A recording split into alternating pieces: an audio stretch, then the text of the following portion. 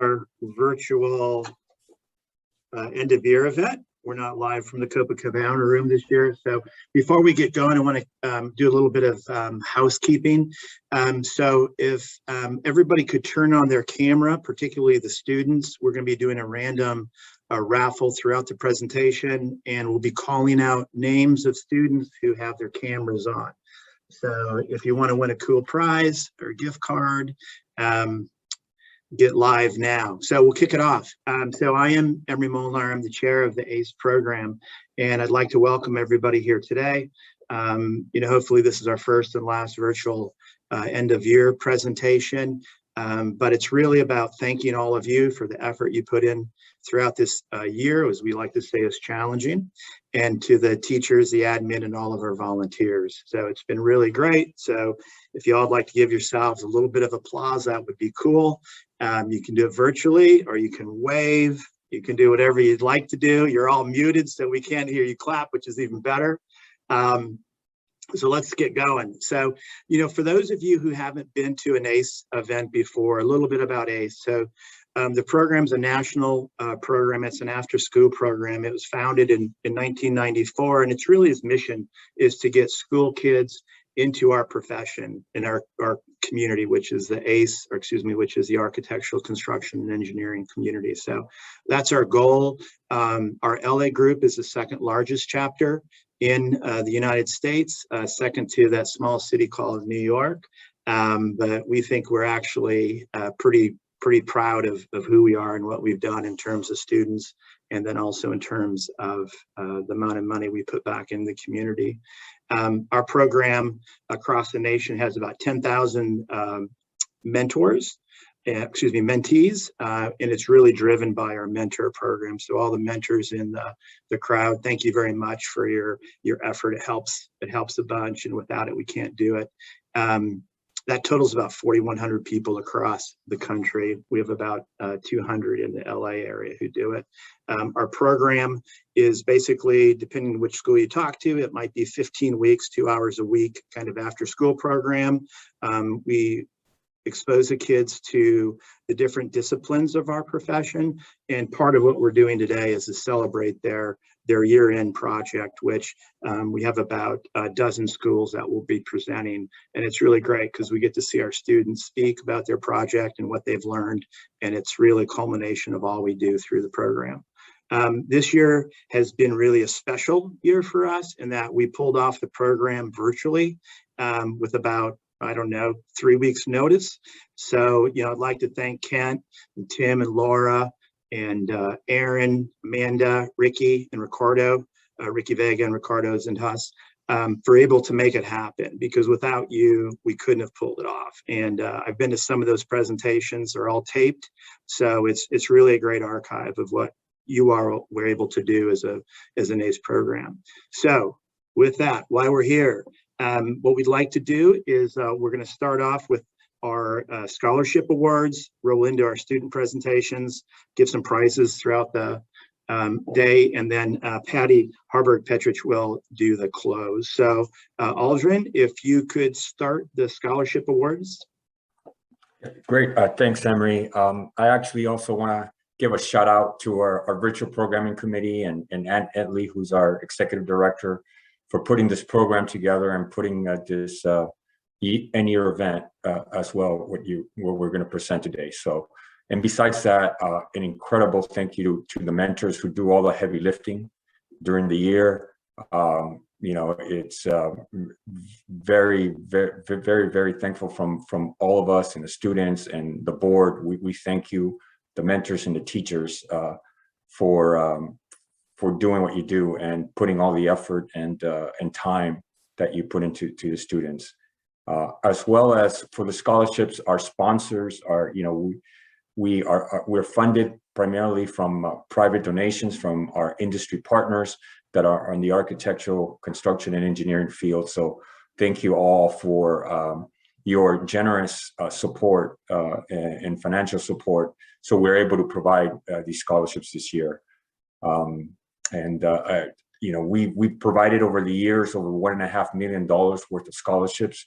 So incredible, and every year it gets bigger and bigger. This year, we had actually a lower number of applications, but I think that benefited those students who did apply, that stuck through this program. It was, like Emery mentioned, it was a special year.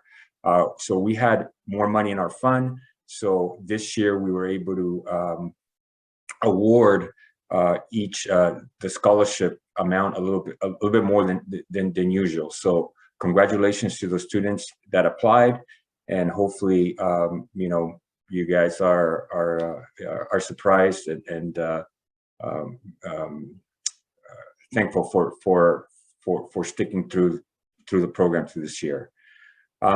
I do want to mention before I get into the scholarships or what this means, besides the cash award that we are providing, there's a few things that need to be done before we send you the actual check in cash, and that is throughout before or at the early start of your college, we need you guys to send in a diploma, your high school diploma, and also some proof of enrollment in a college or trade school. And with that, you know, your updated contact information. Now, we will be emailing this to you, you know, early next week with all the instructions. But if you have any questions, please feel free to contact our Ann Etley, who's our ACE Scholarship Director. And I think Ann will put her email address on the chat. So that's someone that you want to or note down that address. So if you have any questions, scholarships, or anything else related to ACE, please feel free to reach out to Ann. Okay, well, let's try to get started. This is the best part of my job as scholarship chair, when I get to hand out some of these great scholarships that we have. So we're going to start with our first batch of scholarships. So if we could move to the next slide. And so these are our ACE affiliate scholarships that come from our general fund. So $3,000, the first, and before I name the first recipient, if you could come out and turn on your camera when I call your name, and maybe give us a 15-30 second introduction of the high school that you went to, and maybe the school that you're going to be attending, and maybe you know, if you like, share what you know, what major you're interested in as well. So that would be great. So without further ado, let's start with the first scholarship recipient, Kevin Alvarado. So hopefully he can turn on his video, or if he's not here. Morning, everybody. I'm going to Northridge, and I'll be majoring in construction management. All right. Thank you, Kevin. Thank you for this. I really appreciate it. Go Matadors. I'm going to interrupt you really quick, but if you see your name on the screen, please go on video so we can bring you up to the stage to accept your award. Thank you. My camera's on? All right, Kevin, congratulations. Appreciate it. Thank you. Next There it is. student, Ricky Arriaga.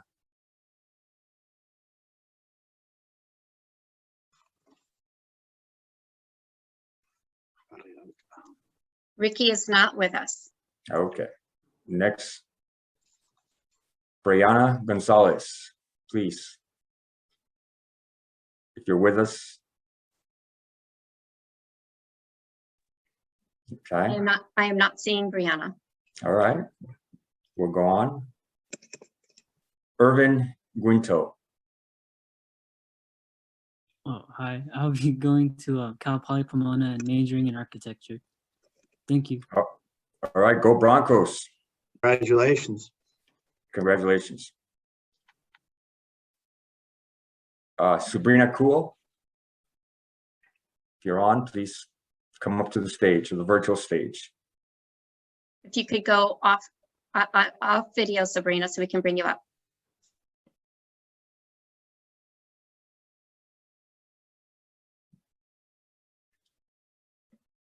Okay, well, maybe not working right now, so we'll move on to the next. Sirajum Munera. Hi, I'm going to UC Riverside and majoring in engineering. All right, fellow engineer. Congratulations. Best of luck to you. Thank you. Azucena Navarro, if you're with us, please come accept your $3,000 scholarship. Hello. I'm unable to turn on my camera, but I'm from Lennox Academy and I'm going to Cal Poly SLO and majoring in architecture. All right, Mustangs. Yeah, Mustangs. Thank you. Thank you. Congratulations. Justin Tran. Hi, I'm Justin Tran. I'll be majoring in business and management. I want to work in the field of ACE in management. I'll be attending Cal State LA in the fall. All right, congratulations, Justin. And Julian Samora, if you're with us, please. Love to hear from you. Hello, everyone. My name is Julian. I'm a senior at UC Hybrid High, and I will be attending UC Merced for civil engineering. Great, congratulations. And I think that does it for our $3,000 scholarship award winners. And we could move on to the next. Now we have $5,000 scholarship award winners this year. And the first name on this is Emmanuel Arevalo. Hi, everyone. My name is Emmanuel, and I'm a senior at Lennox Academy, and I will be attending the University of Berkeley as a civil engineering major. Thank you. Nice. All right, congratulations. Best of luck. Next name, Charlie Chen, $5,000 from the ACE Affiliate Scholarship. Hello, everyone. I come from Gabrielino High School, and I will be attending Cal State LA in the fall. And thank you for this scholarship. Congrats. Very welcome. Well, very well earned. Jachin Chin. Hi, my name is Jakin. I'm a senior at Venice High School, and I will be studying civil engineering at UCLA. Thank you very much for the scholarship opportunity. I really appreciate it. You're very welcome. And, go Bruins. Baby Bruins. Malia Mitchell. Hi, I'm Malia Mitchell. I'm on the Dorsey High School team, and I've been with the team since freshman year, and every year has been great. So I'd like to thank my mentors and my teammates for the wonderful experiences I've had. I'd also like to thank the ACE Scholarship Committee for selecting me as a recipient of this award. I've been accepted into Howard University's mechanical engineering program, so that's where I plan to attend in the fall and major in order to develop a career in the aerospace industry. So thank you again. Nice. You're very welcome. Congratulations. This is Shouty Rabadi, our next $5,000 award, scholarship award. Hello, my name is Shadi. I'm from Bishop Montgomery High School, and I will be majoring in architecture at the University of Arizona. Thank you very much. Thank you. Congratulations. Itzel Valencia, please come up. Hi, I'll be studying architecture at Cal Poly San Luis Obispo. Thank you very much for the scholarship. All right, congratulations. Now this, I think, does it for our $5,000 award winners. And now we have $7,500 scholarship award winners.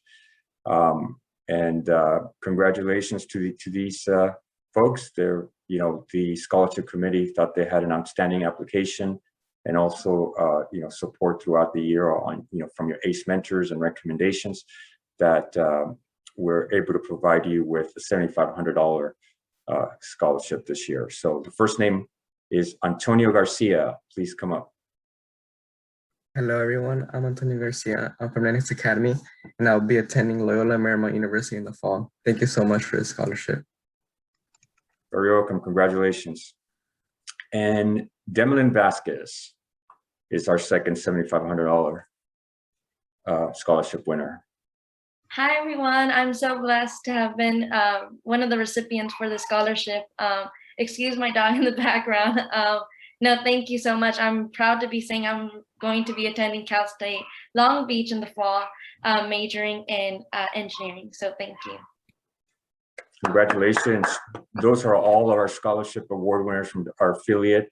I do want to mention, if I did not mention before, is that beyond this scholarship that you're receiving here today, you are eligible to apply every year as long as you stay in an ACE-related career, for additional scholarships to your college, so college scholarships. So please keep in contact with us. I mean, we'll try to send emails to remind you, but your second year of college, your third year of college, fourth year of college, ACE, you are eligible for other college scholarships. So please reapply every year.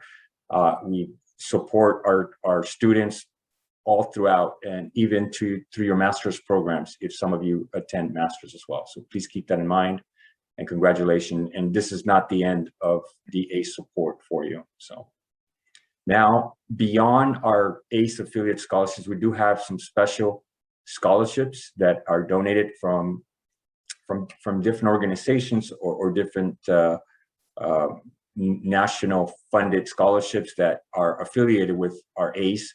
And the first one is being the CMIC scholarship. CMIC is a national scholarship award. It's a memorial scholarship, Allenberg Memorial Scholarship.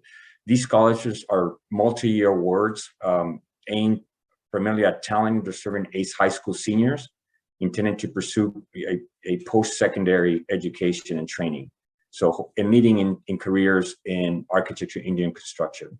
So CMIC is very close related to our ACE, and we partner, and they provide us an additional $4,000 that we are able to award. And this award is in addition to your ACE affiliate scholarship award that you received. So without further ado, the winner of this scholarship this year is Demlin Vasquez. So come up again one more time, Demlin. So. Hi, everyone. Thank you so much. I can't express my gratitude to all my ACE mentors and to everyone here. Thank you, thank you, thank you. I feel so blessed to just be a part of ACE. I was there from the very beginning at my school. So I started right when ACE started. So I'm so proud to be the first graduate from ACE at my school. So I'm so blessed, and thank you to everyone. I know my family's proud, and so I'm so blessed to hopefully give back as well to ACE for all that they did for me. So thank you, thank you. Congratulations. And I didn't mention the way that Demlin was chosen, and she was nominated by the national scholarship by her mentor, to this national scholarship by her mentor, Frank Ortiz. So Frank, thank you for nominating her. Then the ACE board voted to submit Demlin's nomination to the national level, where she won this scholarship, and the review committee of the national scholarship. So that's how Demlin was chosen among the other ones. We have, very discerning students, but Demlin, again, congratulations. And thank you, Frank Ortiz, for nominating such a wonderful candidate. Okay, the next special college is a Terry Dooley scholarship. Now, Terry Dooley was our ACE Los Angeles Orange County founder, really started ACE, and he is really the reason why many of us are, as mentors, as board members, are involved in ACE today, including yours truly. He was very inspirational, a great leader, and really got this ACE program started back in, I believe, in 2003. So at the 15-year sort of anniversary of ACE, the board recognized Terry, and in his name, we honored him with a $2,000 Terry Dooley scholarship in his name. With that, we are giving this scholarship to Shouty Rabadi. And again, this is in addition to your original ACE scholarship. Congratulations. Thank you very much. I appreciate it so very much. Everything ACE has given to me over the past 4 years. I just really appreciate absolutely everything they've given me, and to all my mentors that are in here today. Thank you guys all very much. Congratulations.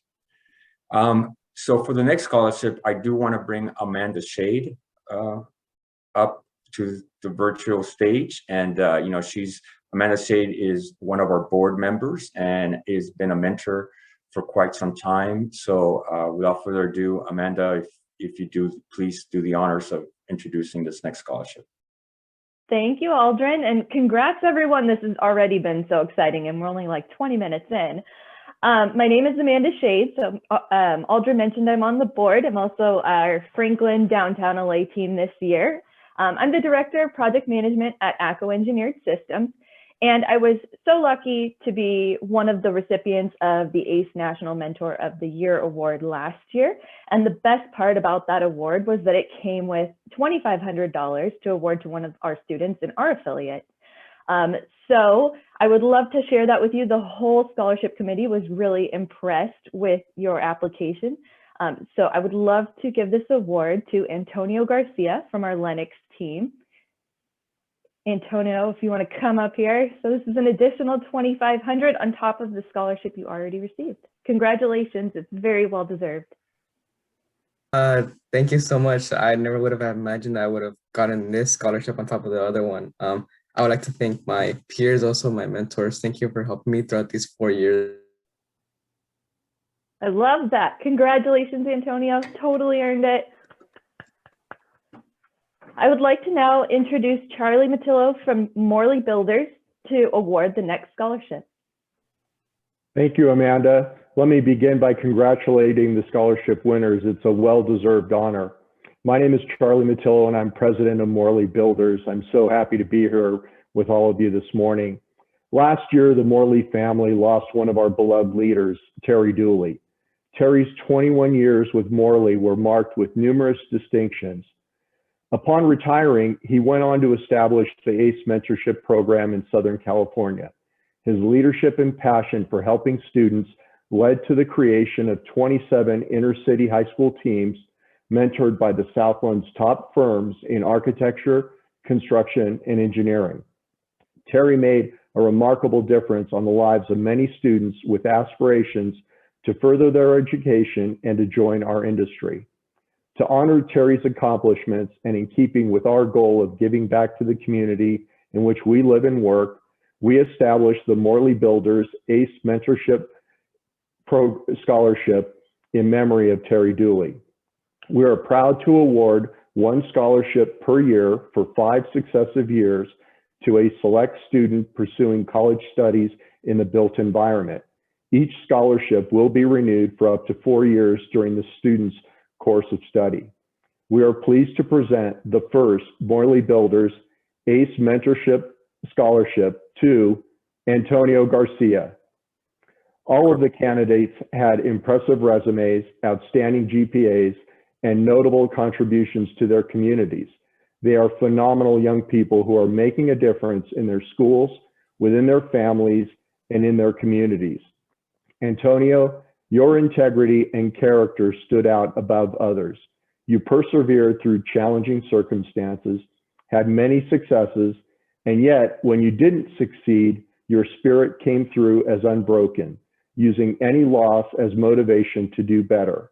Our team loved the idea that we could reward your tenacity through this scholarship. You personify Terry Dooley's spirit. Congratulations, Antonio. We look forward to your college graduation and future career in the built environment. You'll be a symbol of what can be done when you work hard and refuse to allow life's challenges to get in your way. You're an inspiration not only to your family, but to others who are looking to become the first in their family to attend and graduate from college. I too am the first in my family to have attended college, and I understand that challenge. Best wishes at LMU, and we look forward to hearing about your accomplishments in the years to come. Hello, thank you. I feel so honored that you guys have this much faith in me. I would definitely, if I can in any way, I definitely want to still maintain like supporting the ACE program and getting involved. Thank you. Congratulations, Antonio. And, you know, if it wasn't clear, this $1,000 scholarship, what Morley is providing is $1,000 for 4 years. So at the end of the day, when you do the math, that's $4,000, right? So congratulations on this and on top of all the other scholarship awards that you received here today. So congratulations again. Now I'm pleased to introduce Patty Harburg-Petrich to award the next scholarship. Patty? Thank you, Charlie. My name is Patty Harburg-Petrich, and I am a structural engineer at Burrow-Happold. And today, on behalf of the Happold Foundation, I'd like to present a $2,000 scholarship to Malia Mitchell. Malia, your application was incredibly impressive, and I especially liked the ACE achievement that you talked about, the architecture graveyard at Cal Poly. I wish you all the best, and thank you so much for all your contributions to ACE.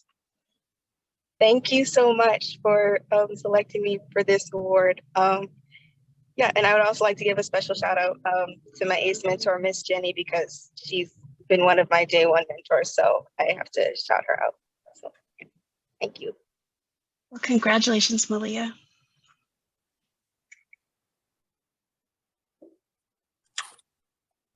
And I think we still have one more, and for that, Shana O'Connor will present the SMPS LA Scholarship Award. Thank you so much. Great to be here with everyone. My name is Shauna O'Connor, and I am the president of SMPS Los Angeles. I am thrilled to be able to award a $1,500 scholarship to a deserving ACE student. I am happy to ask Jakin Chin up to accept his scholarship. Hi, everyone. Thank you so much. I really want to say thank you to the ACE board and all the ACE program. They've been so helpful to me for all these 4 years, and I really appreciate this scholarship. And also a big thank you to my mentors, Tim and Carl. And yeah, thank you for everything. So I'd like to just tell you a quick bit about SMPS Los Angeles. We are a member organization. Our members are primarily business development and marketing professionals in the architecture, construction, and engineering industry. And we are delighted to be here with ACE today to present this scholarship. So congratulations, Jakin, and good luck in school.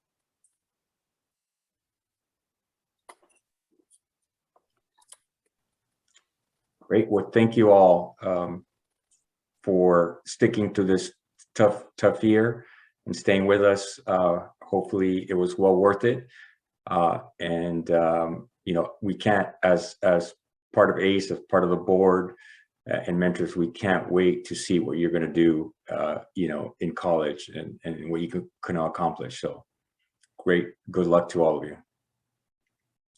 Now, Kent, if you're ready for the next part of our program.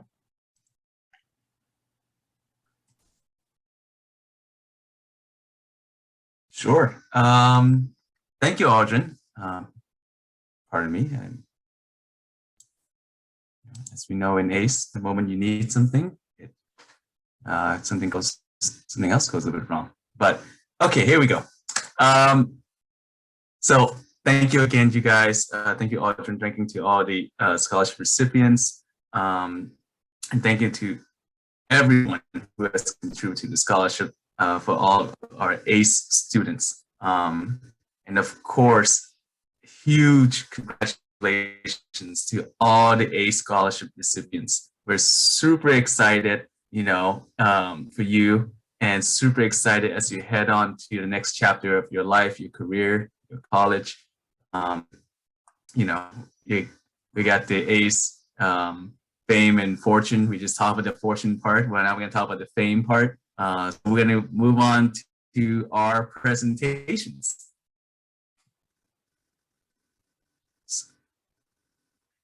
So for the recap for everyone, this year, the teams were challenged to create a transitional or permanent housing where we are asking the teams to present their proposals to help solve and afford housing and bridge housing for the unhoused individuals and families. We know that you'll agree when you see these projects, each team has met and exceeded this challenge, and even beyond. So for everyone, sit back, relax, enjoy the presentations. So we're gonna go alphabetically. First up is our Bell team.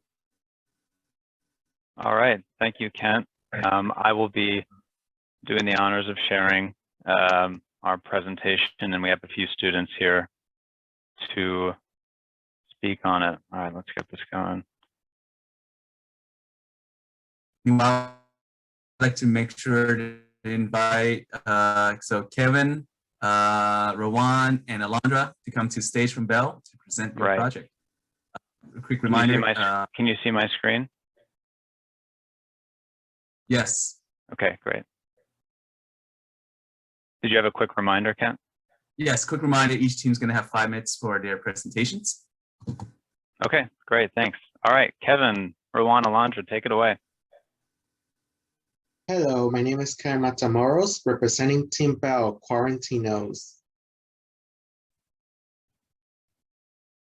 Los Angeles and California as a whole is experiencing a homeless crisis. Different circumstances drive this rise in homelessness in Los Angeles.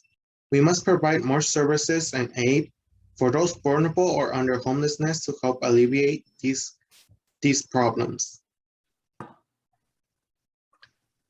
Our site option was site option B that used to be the Heritage Square Gold Line station just north of downtown LA.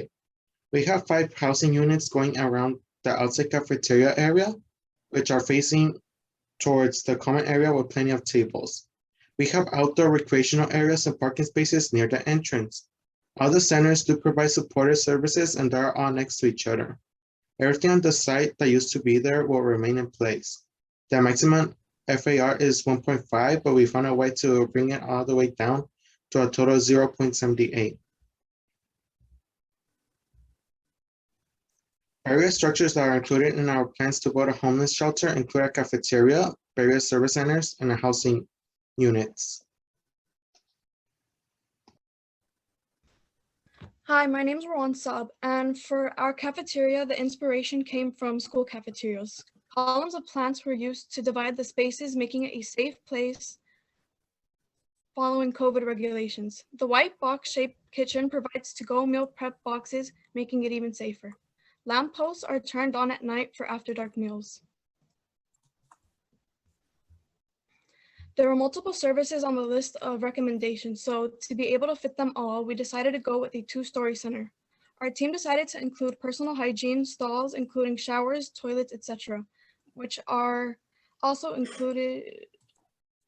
They will observe COVID-19 regulations for social distancing and safety. A list of our available services are mental health treatment, healthcare, drug and alcohol treatment, education, and job training. Pet relief and exercise are within the site as well. And lastly, we provide classrooms, clinic exam rooms, and social services.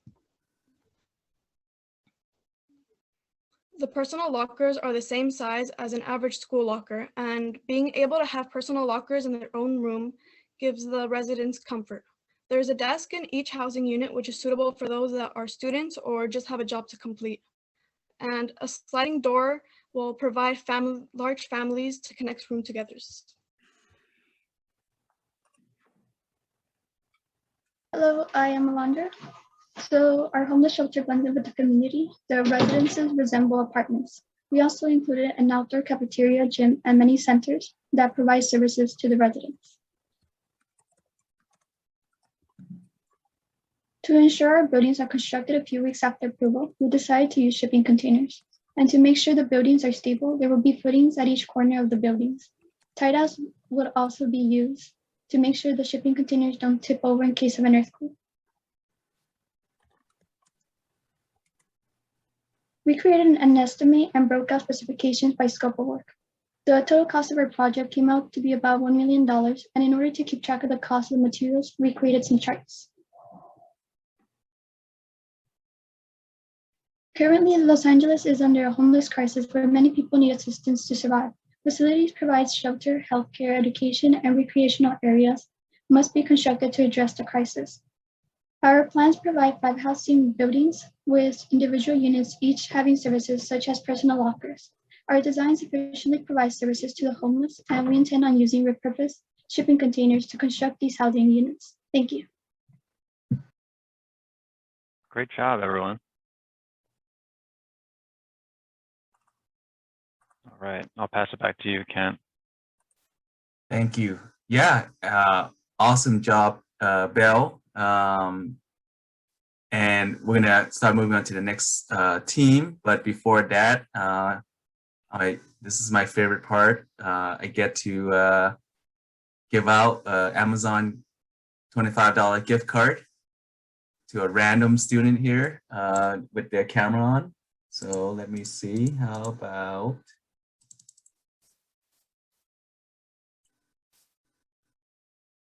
Maximus Bowley.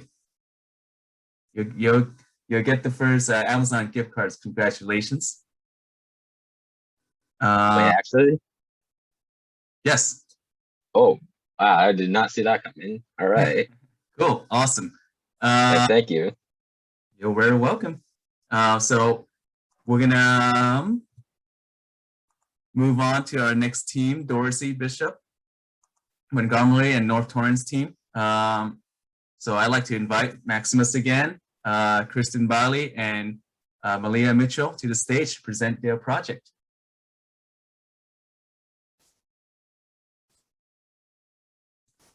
Hello, I'm Kirsten. I'm a junior at Bishop Montgomery High School.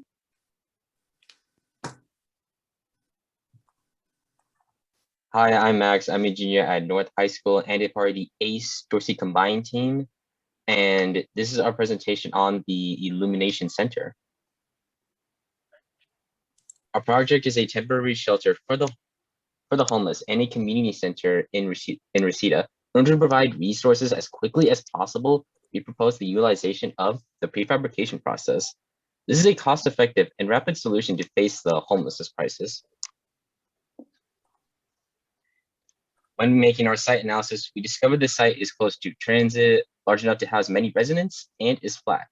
However, some of the disadvantages are that it's narrow, not that quiet, and there are no trees on our side on our site for shade.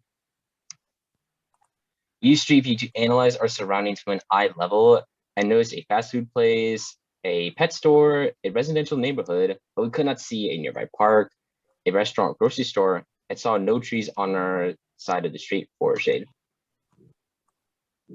During our programming activity, we studied how to fit our programs on our narrow site. We combined our 4 individual ideas to place bedrooms for families, individuals at each end for privacy near the entrances, along with providing common rooms and outdoor areas in the center of the site to share. Once we started on our site plan, we came to the conclusion that using the prefabrication process will help us build this project quickly, and using modules will help us save money. We scaled the size of each module to fit the programs and the site, and came up with a module size of 20 by 20 feet. Rooms can be 1 or 2 modules in size and can be stacked on top of each other. Our 2 types of bedroom units provide privacy for families or added capability for singles. Bathroom modules helps us save money on plumbing and electricity, but still have 6 private rooms. The windows and doors are placed on opposite walls for lighting and a cross breeze. And the other 2 walls are solid so that some of the modules can be placed next to each other. Clinics and classrooms use the same 20 by 20 feet module size as the bathroom and family bedrooms. The classrooms have a room divider in the middle so they can be joined together for a larger class. And the medical clinic is split up into several exam rooms, including the waiting room. Our 3D model gives a visual of how our site will come together. From the parking lot to the single modular units, you can see how all the areas connect. The materials we chose to use are wood, metal, and vinyl. These are our building systems. We chose the multi-split system over the other HVAC systems because it's cost-effective and adaptable. For water capture and reuse, we chose to use rain barrels. The rainwater that will be captured off the roofs will be used for the community gardens. We also chose to use solar panels because they are energy efficient. Using our own electricity will allow us to save on cost over time. All three of these systems are sustainable methods to use. At the top are the images that inspired the landscape design. In the plan below, you can see how all the areas connect with each other. These are key features of the landscape. The dog park and kennel area will be right next to the playground. In the playground area is a playground set and a sand play area. Next to the cafe is the community garden. There are places to sit down and eat the vegetables in the garden. The produce will be consumed through the cafe as well. The prefabrication process is quick. The modules will be built off-site, then delivered on-site and ready to be assembled. The total project cost is estimated to be about $6 million. This project will take about 7 months to complete. The process includes the site work, the assembled modular units, and the landscaping and site development. The prefabrication process will be occurring during the site work and then delivered when the second process occurs. Thank you for your attention. We enjoyed creating the Illumination Center and hope to see this project be put into action. Thank you, mentors, for helping us with our project. Great job, team. Awesome presentation. Next up is our El Rancho team. I'd like to invite Matthew Torres, Itzel Valencia, and Jamie Torres to the stage for their projects. I'm going to get this set up. Hold on. I got to get rid of this thing. Let's see. Let me just get this window out of here. Here we go. How's that look to everyone? Looks great. Okay. Then Itzel Valencia will go first. The name of our project is Humble Abodes. While these homes are modest, they provide security and a place to call home. Next. Our team chose to work on Site A, located in Reseda, California. We chose this because of its proximity to a bus line and major commercial street. We also felt this could be a more permanent location for the homes. Next. As a team, we came up with aspects we wanted to have in our design, such as shipping containers, outdoor spacing with shade, a dog area, ramps for wheelchair entry, and giving individuals and families their own living spaces. Next. Our site is 29,415 square feet, and the total building area is 28,100 square feet. Our floor area ratio is 0.95, and there are 168 units with up to 254 bed capacity. The community space is 3,520 square feet. The roof garden is 6,500 square feet. We have single living spaces on the second level and single couple and families on the first levels, with the first level having the ability to open to accommodate families. Next. We tried many different layouts for our shipping containers to see which was the best design for accessibility, comfort, and allowing 150 or more beds. Next. The community center and roof garden are located in the center of the project. This allows easy access for the residents. In the center of each wing of homes, there is restrooms and laundry facilities. There is a bridge at these locations for easy access. Stairs are conveniently located for easy circulation and emergency exit.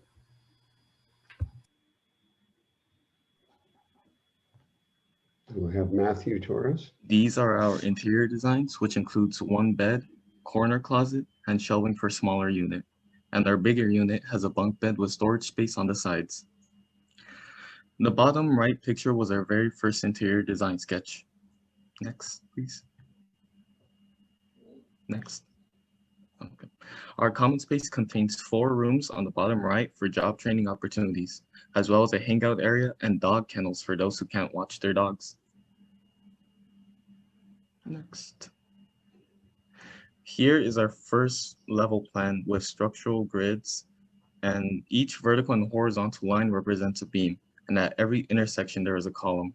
You can also see our plans for a security and food service area. Next.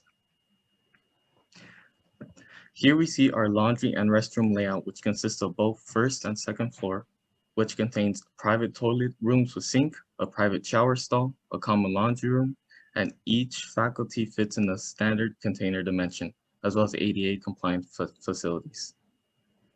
And in each unit, there will also be a personal sink. And for our power, here's a diagram of a typical second level living unit. We have solar panels for electrical purposes, condenser units, insulation, wall fan units, and double pane glass. And then we have Jaime Torres. So we decided to have a green wall on the north elevation facing the street and a mural on the south elevation facing the busway. The top right picture shows an example of how the green wall would work by forming a cycle in which the plants gain water by the excess water that it throws out. Next slide. We also considered of having a roof garden in which people would be able to plant their own plants and vegetables, and even include a play area for kids using recycled materials. Next slide. These are some views of the proposed roof garden, and you can see how it would also serve as a dining area. Next. For the construction aspect, the plan is to use a crane to bring all living units from east to west, and it was also proposed that the adjacent lot could be used as a community park. Next. When calculating the project budget, we considered the substructure, the core and shell, the electrical, the plumbing, the mechanical, and the furniture, fixtures, and equipment. The total budget came out to be $3,307,000, which is over our budget, but you have to consider we provided more beds. Next slide. Lastly, for the project schedule, we approximated that it would take 3 months for the site preparation and steel erection, 1 month for the core and shell, and 1 month for the fit out. And this gave us a total of 5 months to complete the construction. Next slide. Finally, this is the team behind Humble Adobes. Thank you. Awesome presentation. Thank you, guys. Thank you to the El Rancho team, and thank you to Mark as well. I'll give it back now. As we're moving on to the next presenter, before that, I'd like to take another opportunity to give out another $25 Amazon gift card. So hang tight, here we go. How about Blanca Garcia? You'll be the next person to receive the $25 Amazon gift cards. Woohoo! Yay! Thank you. Very welcome. So with that, Franklin Downtown LA team, I'd like to invite Irving Quinto, Sergio Manera, and Nelita Rosanda to the stage to present their project.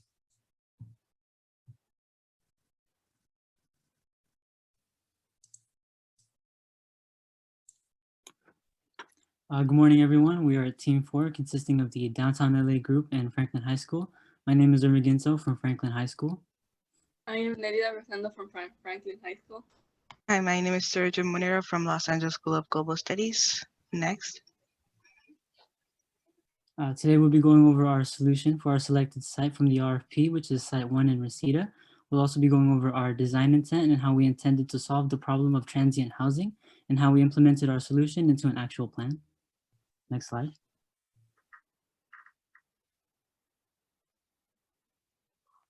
So for the exterior part of our site includes a place for people to congregate. For starters, we will provide a dog park as well as an area to park bikes after bike ride. In addition, there will be an open space in front of the clinic where people can relax. Next slide. This is our design concept for our clinic. For the clinic design, we made sure to have a welcoming feeling, and that's why we decided to add greenery, warm texture, and colors to our design. We also made sure it is clean and has a peaceful environment, and also efficient and cost effective. We added single room, offices, break rooms, and private bathrooms to our design. Next. For the residential, we chose to go with modular structured housing. It is simple to erect and demolish. Each pod will either be 1 or 2 rooms with communal bathrooms to accommodate either male or female residents. The images shown in the right are examples of how they might appear in the site. Next slide. Now we'll talk about the area around our clinic. We have made sure to have an easy access to metro and freeway, and also made sure to have treatment center and medical centers around the clinic to have an easy access to medicine and medical equipments. Next. The area also contains a laundromat, some auto repair shops, and other local businesses, which can be seen as job opportunities, and the colleges around the area are also beneficial. Next slide. In our clinic design, in addition to clinic room, we'll have drop training areas and also open space for kids to play. Next. This is our floor plan. For the first floor, as discussed before, we're going to add all our public foundations on the first floor, and on the second floor, most of the medical procedure will take place as we added clinic and office rooms. Next. The residential floor plans consist of a 2-building with communal bathrooms that are separated by genders and are located on the side of the hallways. Units are made of 1-bed units or 2-bed units with the dimensions shown. The 2-bed units represented in green are to keep families together. Next slide. For our structure, we chose joists to carry the load to the perimeter burning walls, and we are also resisting the lateral forces by using shear walls. Next. After considering traditional construction materials such as steel and concrete, we eventually decided on cross-laminated timber because of the sustainability and cost. It's also more environmentally friendly, quicker to install, and has better thermal performance. Next slide. Now we'll talk about the mechanical system throughout our clinic. The first one is the rooftop package unit. We added it because it is energy efficient, easy to install in a small amount of space, and also has more air filtration options. Next. The second one is the split system unit. We added it as it is energy efficient, quiet, and also good for compact spaces such as clinic rooms and offices. And obviously, we also added exhaust fan to eliminate unwanted odor from clinic rooms and also offices. Next. This is our plan. Here we show all the mechanical system we just discussed. And we also added arrow to show the air distribution throughout our clinic. Next. We chose mechanical terminal air unit, PTAC, for the residential rooms. PTAC, like anything else, but has advantages and disadvantages.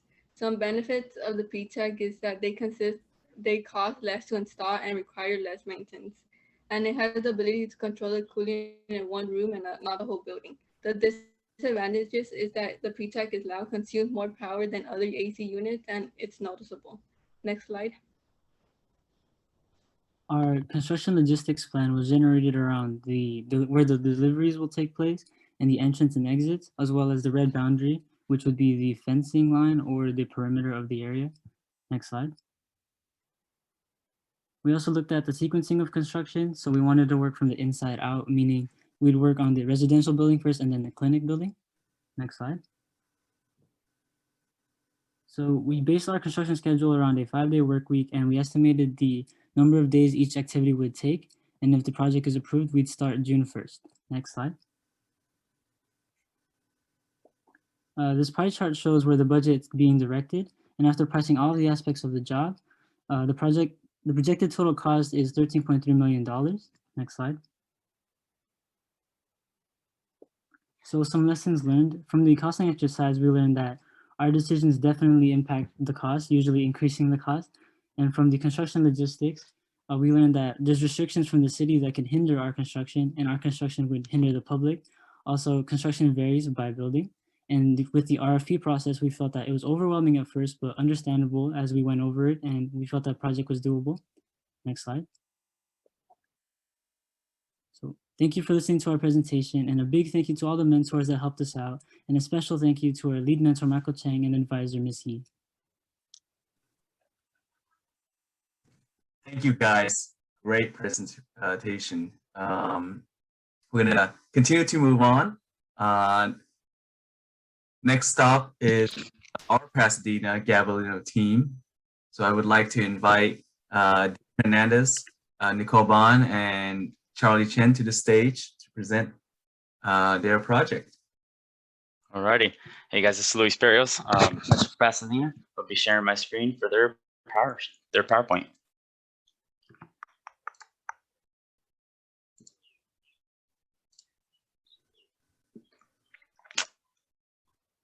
Hello, everybody. We are the Pasadena SGV team, and this is our presentation of our transition permanent housing project. Next slide. We are from San Gabriel Valley, and our collaborative team consists of Gabellino High School and John Muir Early College Magnet. My name is Charlie Chen, and I will be presenting alongside Nicole Bond and David Hernandez. Next slide. I'm Nicole Bond. Why we selected Plot A? Plot A is located in a quiet area away from any residential buildings. We also chose this plot for its small size, where we were able to fit all the things we needed.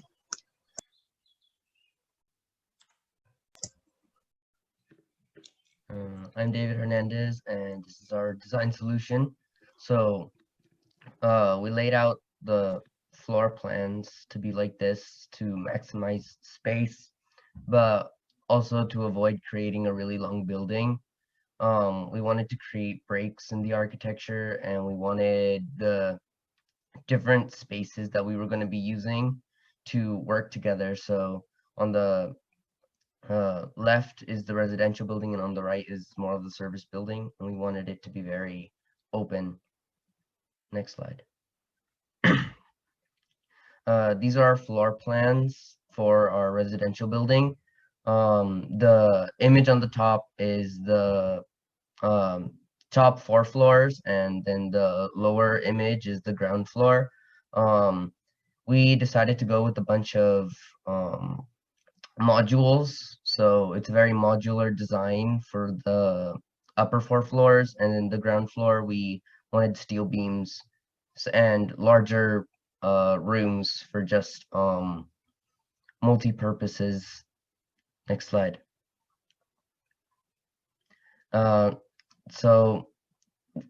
This is very innovative in the solutions and in cost and time reductions, because the ground floor is a steel grid system, so we don't have to spend as much time and money for the underground mechanical, electrical, and plumbing systems. And as mentioned before, the dorm rooms are all modular.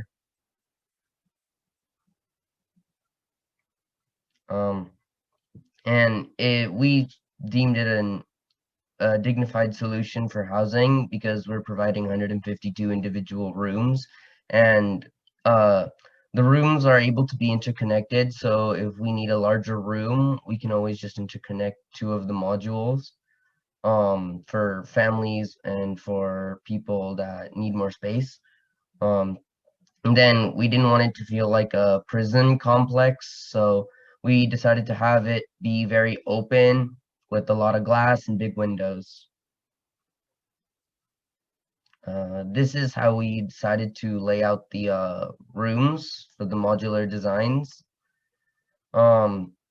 So as you can see, we have the requirements for a normal room. We made sure to have it be weatherproof, have enough power outlets, and of course a restroom, and have everything be accommodable for anyone with disabilities, like the need for wheelchair. Left image is the interior layout for the service building. The lobby is at the front of the right side of the building for easy entrance from the street. and hallway 1 connects the lobby to the cafeteria, as well as the stairway that will lead to the second floor. The kitchen is located in the back of the cafeteria to serve food, and the supply and storage will be jointed with the kitchen so food supplies can be easily accessed, as well as be next to the service yard to receive deliveries. Moving to the left side of the building, hallway 2 provides access to the office spaces, gym, and as well as the outdoor walkway to the left of the building. The gym will be situated on the side of the building toward the street for natural lighting and view of the street, while the office spaces will be to the back of the building so people who need to work in silence will be away from the noisy gym and cafeteria. There will also be a green roof over the gym and office spaces to give the building a natural atmosphere. Next slide. For the interior design of the gym, we took inspiration from these two images. The gym will use the equipment layout and modern windows of the left image, while using the aesthetic, natural lighting, and plants of the right image, and also include a basketball court. Next slide. The cafeteria will use the seating and table arrangements of the left image to maximize space usage, but the aesthetic of the right image shall be used for a calming diner-like atmosphere, as well as have the vegetation and wood furniture to continue the natural theme of the building. Next slide. Outdoor designs. It is the outdoors team's vision to create a comfortable area for everyone. From the bottom image, you can see the layout of the outdoor area. We placed the seating area there for convenience and enjoyment in mind. Since the seating area is connected to the cafeteria. Next slide. Outdoor materials. The floor for the seating area and the walkway between the playground and the seating area is made of concrete. Next slide. Construction plan. This is the construction plan of the residential building. The first floor will be made of a steel structure with a glass perimeter, while the second through fifth floor will be made with a pre-made modular units for quick construction and removal. Lastly, the service building is also a steel structure with a curved glass front. Next slide.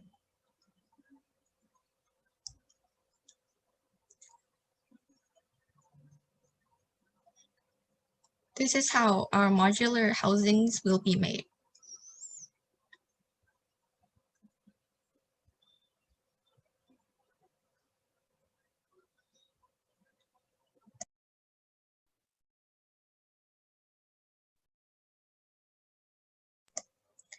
Thank you for listening to this presentation.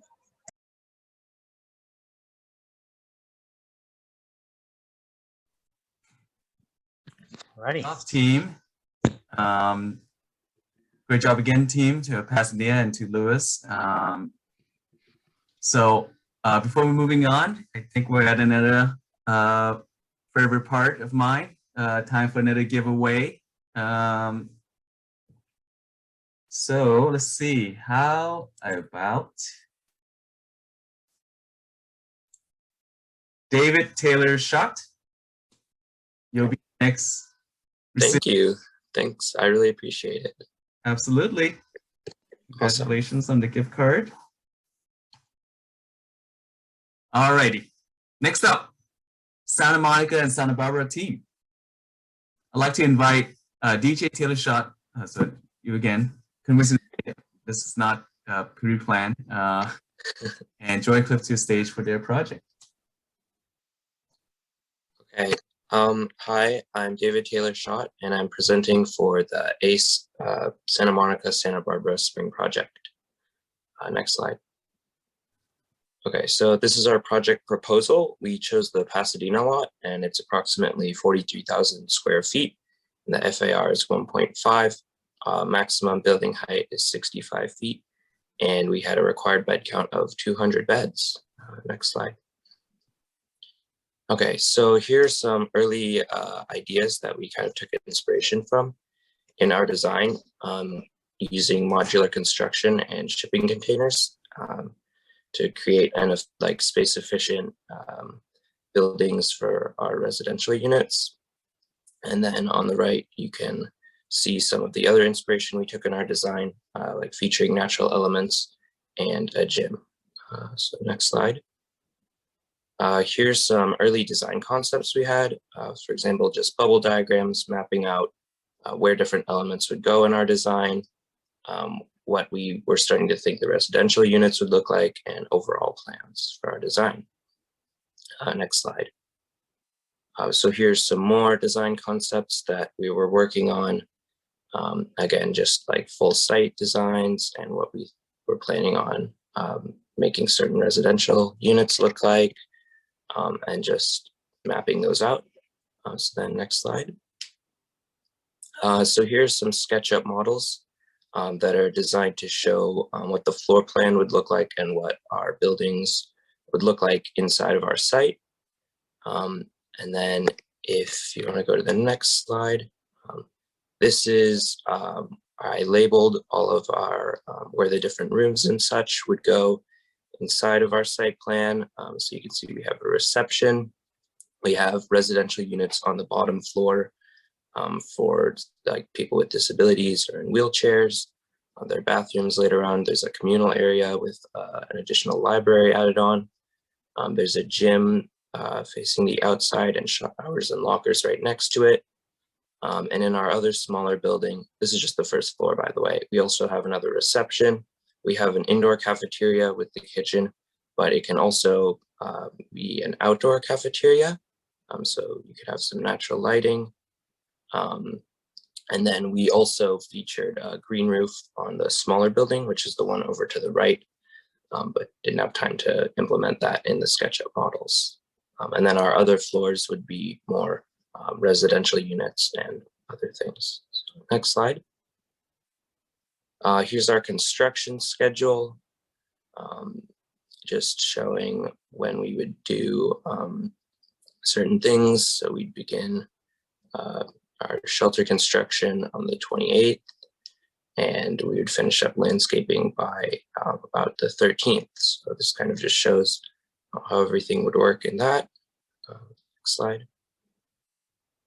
Here's our construction logistics. It just shows where everything would be for constructing and basically how that would all work out, and where our buildings would go, where the different machines that would build them would go as well. Next slide. And then finally, here's our construction chart. It basically just shows all the prices for everything we would need to put this plan into action. And that just about does it. So thank you for watching our presentation, and yeah. Great job, DJ. Kudos to you and the rest of your team. Great presentation. All right, moving on. Our next team will be St. Mary's Academy team. I'd like to invite Crystal Arredondo and Demerlin Vasquez to the stage to present your project. Okay, hi everyone. My name is Crystal Arredondo and I'm from St. Mary's Academy. Today I'm going to be presenting with Demerlin Vasquez, my classmate, and our project is Block A. Next slide, please. So today I'm going to be talking about the goals we had for this project, some special design features, and the overall site logistics. Next slide. So our goal for this project was to provide adequate temporary housing for those who are in need, especially since there's a growing homeless crisis in the Los Angeles area. So you can see on the bullet points, those were all our requirements and goals. And in the pictures, you can see this is where we started brainstorming as a group on how we wanted to design our lot. Next slide. So our site is located in the West Van Nuys community, and it's currently an existing parking lot near the train station. It's about 30,000 square feet with multiple access options, and it's also very pet friendly. And next slide. And as you can see, while we were doing our research, these are some pictures of our site, which will help give you a better idea of what we were working with. And just kind of overall what it looks like. Next slide. So our building is made up of 3 floors of modular units. On the first floor, there is living areas, kitchen, office spaces, gym, also communal areas like that. And then on the second and third floor, there are purely living units. And on the roof, there is a green area in order to provide a kind of free, relaxing space for the tenants. So there's 150 beds in our project, and it would take about $8 million to build and 24 weeks. Next slide. So this is what each individual unit would look like. Each space, we decided to give it a little bit like of a kitchen space, like a kitchenette, a full bathroom, and a bedroom and living area. So we decided to provide full bathrooms in our living units because when we talked to people who had been in this type of situation before, that was their main problem. They felt like using communal bathrooms was a little bit embarrassing, maybe even dehumanizing. So that's why we decided to do this to provide them with a bit of dignity, even though they're going through tough times. Next slide. So some architectural design features is that we decided to break up our long, narrow site into three courtyards. And so that natural separation of people would kind of be spread out throughout the entire site in order to have, in order to follow the COVID-19 regulations to not have too many people in one place. Also, the units are angled and structured purposefully in order to provide shade in certain areas, but to allow sunlight to shine in other areas. Our office areas are also well positioned on our site, so that way people who are trying to receive job support, social services, medical care, therapy, are able to find these areas easily and quickly. Next slide. So like I said, our building is made up of modular units, which means that these units will be built off-site, transported to the site, and then built there. Additionally, the elevators and stairs will also, there also prefabricated modules that will be brought in. And designing our building like this will make it easier to take it down after the 3 years are up. Next slide. And I will be handing it off to Demilyn. Thank you, Crystal. This is a bit of what our floor plan would look like on the side view and top view. We can clearly see on that first floor plan the three components or the three different areas where we have some social gatherings, but keeping in mind the COVID-19 regulations.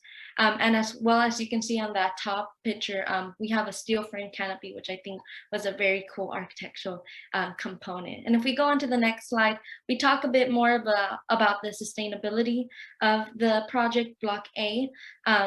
This was super important for us, especially in the location of the Reseda area, which can get a bit hot over the summer. So we wanted to make sure that we had air conditioning, a split air conditioning system throughout, and every unit, keeping the heat and getting it outside, as well as adding windows for natural lighting.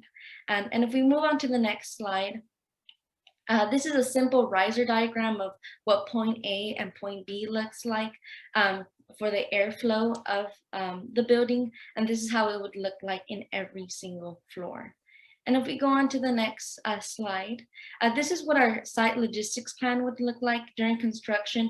We wanted to make sure that we were keeping an organized plan, as well as making sure that not only were the employees safe, but as well those adjacent to us were safe. So organization and the safety of everyone was vital, and making sure that this was a safe and efficient project.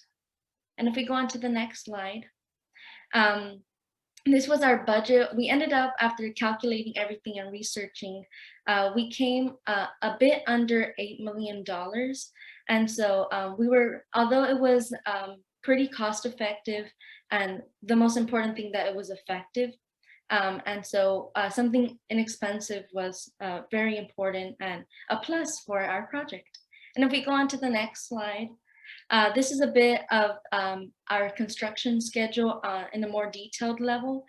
This report shows that the duration of the project would be 24 weeks, which is a little bit under 6 months. And then the next slide, we see a 3D visual of what our project would look like. And last but not least, on that last slide, we want to thank all of you all for listening to us. But we most importantly want to thank our faculty and mentors for giving up their time and gifts to help us. As you can see on the left, that picture is how we are right now, but hopefully one day we can be together in person like that picture on the right. And thank you to all of our sponsors. We truly couldn't have done it without you. And thank you once again. Have a great day. Thank you. Amazing presentation. Great job to you guys and your team. Before we move on to the next team, I think it's another time for another Amazon gift card giveaway. And the next person to receive the Amazon gift card will be Alondra Gare. Thank you. Congratulations.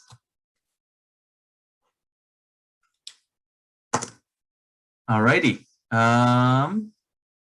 Next up will be our STEM Academy USC Hybrid Glendale team. I would like to invite Julian Zamora, Sarai Cardenas, Marlene Cash, and Ashley Mexicanos to the stage. Can you guys see the screen? Yes. All right. Take it away, Julian. Hello, everyone. This is our mixed team of students and mentors from USC Hybrid High, STEM, and Glendale High. We named our project the El Montecito Community Shelter because the site we chose is located at the foot of the El Montecito neighborhood near Pasadena. Next slide.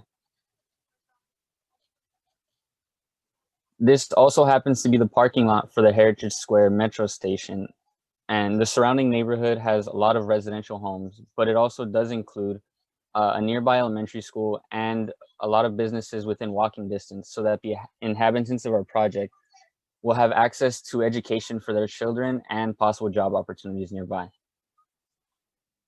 Our project includes landscape spaces, prefabricated home units, and administrative buildings that serve our target homeless community. The shape of Site B is not the most conducive for planning. For that reason, we decided to design an inward-facing community where the majority of the living units are on the perimeter and open landscape spaces for the community are on the inside of the site.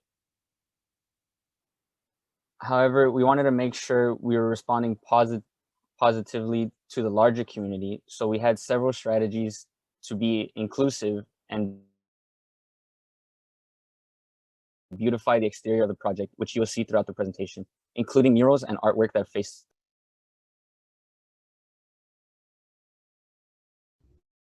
Hello, everyone. Our site provides different types of community amenities, which involves outside activities. A reason why we included these activities is because we want an active and inclusive community.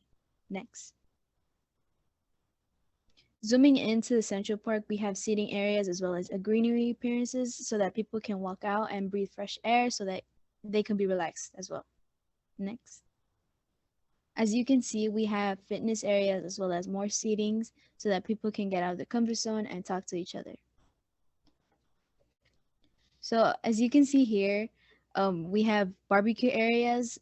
They're called barbecue pits as well. We want people to get into small gatherings in private, but still be part of the community.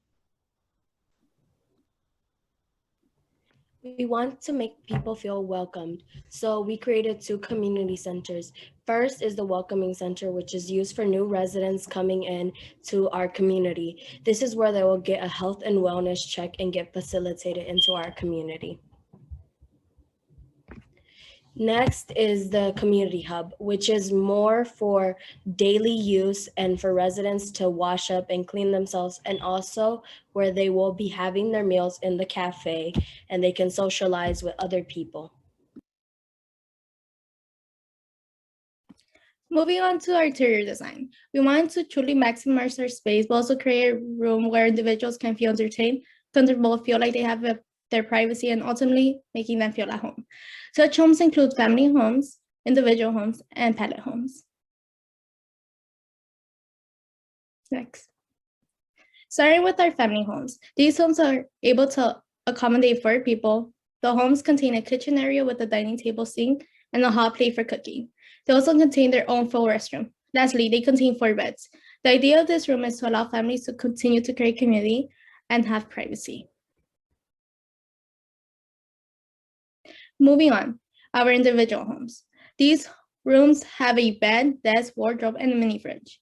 We can also increase the capacity to the room by adding a bunk bed. Lastly, we have our pallet homes for immediate housing. We know that not every individual will stay here for an extended period of time. However, we still wanted them to feel welcome in their stay. These homes contain a loft bed, allowing the bottom to have space for a wardrobe and even a desk. And moreover, they contain a mini fridge and a TV for entertainment. Next. These homes are designed to help families bond with one another and build relationships with those around them. Our overall project cost is $2.9 million under our $3 million budget. If you take a look at our pie chart, you can see how well we were able to evenly distribute the money through landscape design, residence, administration, and MEPF.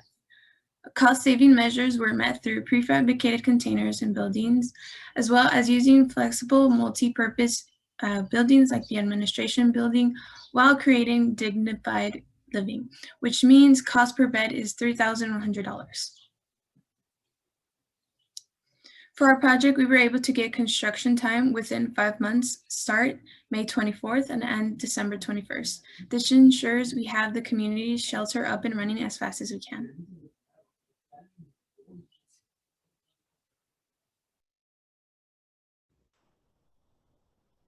Homelessness in Los Angeles is a problem now. Our goal is to produce a quick and efficient solution to the growing issue of homelessness. Together, we designed a humane and inclusive solution to this problem, and we are excited to have shared it with you all today.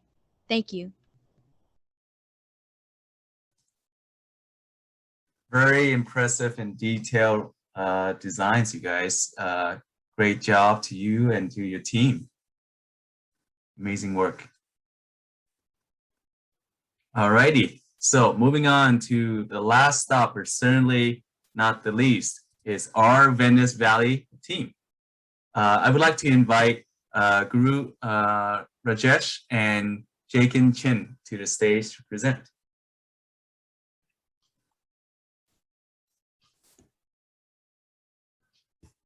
Hi, my name is Guru. I'm a senior at Venice High School. Hi, my name is Jakin, and I'm also a senior at Venice High School. And this morning, we'd like to show you the Cypress Center, a campus for the unhoused designed by Valley and Venice High School. The RFP that we received at the beginning of this year defines a need for transitional housing that is as dignified as we consider all our homes to be. Residential spaces that orient the unhoused on a path towards stability and the means to purchase their own home, as well as a communal experience that connects the unhoused and builds shared values. That brings us to Site B, a large lot located on Pasadena Avenue in Northeast Los Angeles, the site that Valley and Venice chose to fulfill those needs. The entrance to the campus through the lobby is located at the bottom left.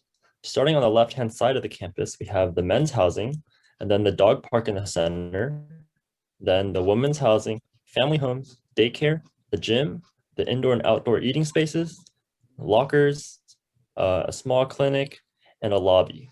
As you can see, the open air campus design complies with COVID guidelines by providing natural air circulation through hallways and walkways.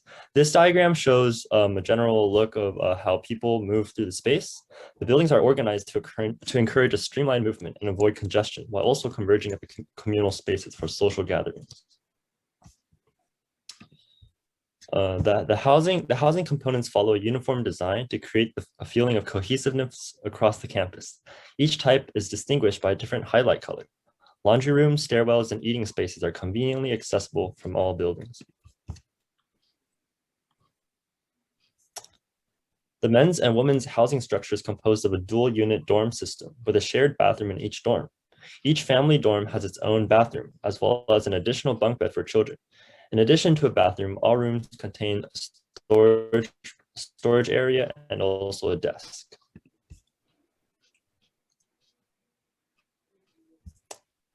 In this exploded view of the singles dorm modular build system, we can see how the wall components are designed, which enable flexible construction as well as easy assembly for temporary usage. And the modules are assembled into blocks. Each family dorm block consists of 6 dorms, as you can see on the right-hand side, while each single dorm block consists of 5 pairs of dorms. By organizing the dorms in this way, we can meet the bedding requirement in a feasible way. For the construction, we'd like to start by talking about the cost. There's 125 total units on the Cypress Center, with each unit costing around $40,000. And as Jacob mentioned, this does bring us to our total bed count of 200 beds if you consider the multiple beds that are in the family units. Now, granted, this does incur a cost that's higher than the California Affordable Housing Foundation's grant, but we feel that the campus experience that you've just seen is exactly what we envision for a space like this. As far as the physical building of the campus goes, there are 4 discrete steps: mobilization and staging, staking site layout, modular assembly, and then finishes and moving. These steps take the current Heritage Square Station parking lot to our vision for the Cypress Center. After architecture, construction, and engineering come the actual inhabitants of the Cypress Center. Here's what a typical day might look like for one resident, Dylan. Dylan wakes up and starts his day by heading to the multi-purpose gym, where he does his morning workout. After that, he has breakfast at the Cypress Center cafeteria, and then he heads out of the center for work. He works at the local Starbucks on Figueroa and Cypress as a barista from 9 to 3. After his shift, he grabs a late lunch at the cafeteria, and then he goes to the counseling center for his weekly sessions since the recent passing of his father. When his counseling session ends, Dylan grabs his provided laundry basket and goes to the laundry room very close to his home. After he finishes his laundry, he drops off the clothes at home and then goes to the cafeteria for his classes on financial management and intro to computers. The class is finished just in time for dinner, and then he finally heads back home to catch up on some sleep after an enriching day. Good night, Dylan. We hope you're excited by our vision for the Cypress Center. From Valley and Venice High School, we'd like to say thank you to those listening and the incredible mentors, volunteers, and leaders that make ACE possible. With us both being seniors and our presentations inexplicably always being last, we feel it's right to now commend each and every one of you here for being a part of the unforgettable experience that is ACE. Thank you again, and have a great day. Thank you, guys. That was an amazing narrative in your presentation. Thank you again, and thank you to all the teams for extremely excellent presentation today. Having seen our presentations, the ACE industry is looking bright with students like you. We can all use more students like you guys. And on a personal note, we've been, our virtual program this year, I'm sure is very challenging for most of you, but after seeing these presentations, I'm not even sure that we're in virtual teams. It's such great, amazing job. So great job again, everybody. Moving on, I would like to bring Tim House up to the stage for the ACE attendance prizes. Tim. Thanks, Kent. As Kent said, my name is Tim House. I'm team leader of Venice High School team, and I'm also a senior associate at Methuen. Congratulations to all the students. It's a pretty fantastic year, and I'll echo Kent's statement that the presentations were amazing. And congratulations to all the scholarship recipients at the beginning. Hopefully this is a good step into your future in the ACE industry.